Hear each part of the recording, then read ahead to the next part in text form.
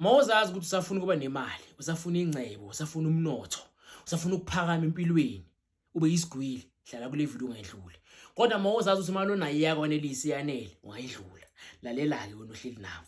Uyayibona le mali le yala eSouth Africa le. Uyayibona? Bese le uyayibona le mali le yaseSwaziland. Uyayibona? Bese le yabona le mali le yase-USA. Uyayibona?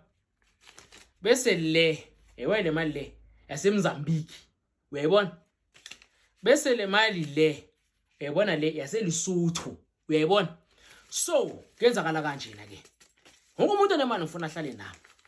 Thatha lo, thathe lo, thathe lo, thathe lo, thathe lo. Zi5 ngokuhlokohlokana kwazo. Amagumba amanomhlaba. Ngeke ngikhulume ngomuntu ohlala eSouth Africa kwamanje. But wonke umuntu uvumelekile ukuyenza le ritual.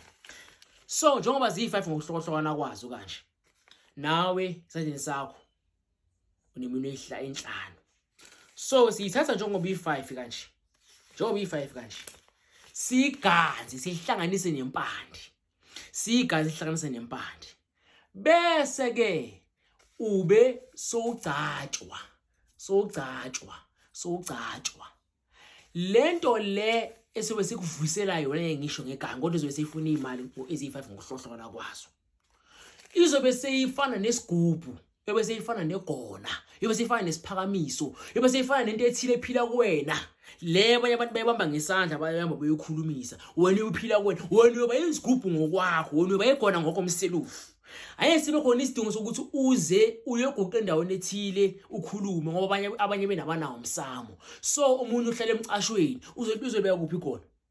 Uzobeka kuphi isigubhu sakhe? Uzoguqa kuphi ngoba nomsamo unawo?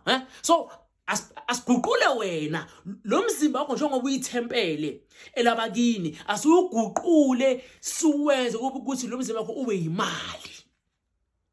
Uma ngabe sesigcabe ngale imali bengizibayile ngokuhlokohlokana kwazo ezibendaweni ehlukahlukene zomhlaba, ukusho ukuthi nawe uyoceba ube isigwili ngendawo zonke ehlukahlukene zomhlaba. Uzoba namabhizinisi owaganayo eSwaziland andiyophumelela. Onabhizinisi owaganayo eUSA andaphumelela. Onabhizinisi owaganayo eSouth Africa andaphumelela. Onabhizinisi owaganayo eMozambique andaphumelela. Onabhizinisi owaganayo eLesotho andaphumelela. Ziningi imali esinazo ngabe manje ngiyakhomba zonke manje ngifuna ukubonisa nje lezi. But usebenza only 5 uyakhetha usufuna mapha amazwe. Only 5. Sebenza only 5 yamazwe. Emfaka lokho isikhanda impande. Sihlanganisa nale mali ozobikhethile yalamazwe oyi5. Sikugcabe uphile ube yigona.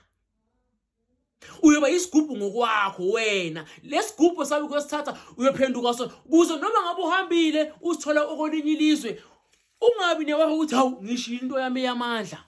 Ngishiya into yami kumele ngiyikhulumise. Into sisenzakalele noma ngofika into sisenzakalele noma ufisa senzakala. Mufika endaweni ucace nomnyango ngonoza kuona uvuleke. Ngoba isigubhu samba nawo isigubhu. Wonke umuntu akuhloniphe, wonke umuntu akusabe. Uthi mafika endaweni bathi hey ikhudla zonke azibe ngezakho. Ube wena uthi cha ngiyabonga. Kodwa ube ucatshangiwe. Noma ngabe ufuna ukuthi uthole ikhundla ezinjani. Engikhuluma namapolitiki lento kahle wona. Apolitiki kakhulu abafuna ikhundla ephakeme eMaparlamente, abafuna ikhundla ephakeme endaweni zokuphasa, endaweni zombuso, hayi emsebenzini. Hayi kumele umuntu ofuna ukusebenza umlungu mina. Ufuna umuntu ofuna ukuyiphatha, kumele umuntu ofuna ukuyiphatha. Unamabhizinisi, ufuna isikhundla, usopolitiki noma usomabhizinisi. Hayi umuntu osebenzayo cha, osebenza umlungu omunye cha. Sihlatha le imali lezi ngokuyi5 kwazo, sihlanganise nempandi, sikugcabe sikuphendula isigubhu, sikuphendula igona, kuze ikhundla zonke iphakeme kube ngezakho. Uphathe ubusi, ube inkosi udlondlobaliswe. Imali yonke ibuzwe kuwena, uthi ube isigwili.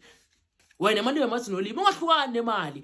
Amakhikhi wakho lawo komapokolo ahlala nemali. Kwakhona ungena imali umzuzu nomzuzu second nesekendi. Ungahlupheki ungayiswe imali ube nayo izixaki. Kodwa ke yamacala nayazi elikhuluma iqiniso. Kubukhona ubungozi. Ngifihlele mina ngokutshela iqiniso. Bukhona ubungozi. Ubungozi buthi ubungozi. Kusayimenzima lento. Ngiyacela ukuthi ngayikhulumi lapha kodwa uma ngabe uyazazi ukuthi unasi isibindi futhi uyafuna ikhundla, uyafuna ibhizinisi yakho kahle, ufuna ukudlodlobala. ngicela ungithinte kule number ezithi 078 892 3264 078 892 3264. You can WhatsApp, you can call kule number le. Ungabuzo keningi, uhlele edabini. Mkhulu, umngozi bemali ehlukahlukene. Ngoba sengokuchazela. Nawe ke ube lo muntu okwaziyo kuba nelimi, ube nesifuba, ungahamba ufafaza. Ngoba nami nje bengayikhulumi, inamandla nami ukungenzakalisa ngiyena uNkulunkulu. Nami namandla ukungenzakalisa mangayikhuluma. So now once wayikhuluma, izoba namandla okwenzakalisa. Uzokwenzakalisa kanjani? Uyobe usukubonela, uzobe usuzibonela wena ngakho amehlo. Uzibonela wena ngakho amehlo. Kodwa ke iyathathwa le mali ngokuhlokohlokana kwayo including yala South Africa, ihlanganisa namakhuba lathile, ifaka emzimbeni womuntu ukuze umuntu abe khona. Shothi sikhanda igona, sikhanda isigubhu, kodwa sikhandile emntwini. Ayona ndlela ungizwile. Iyamacala ithi ukhumbule ayikho inkinga nganasixazululo, kuze libe inkinga kusho khona isixazululo.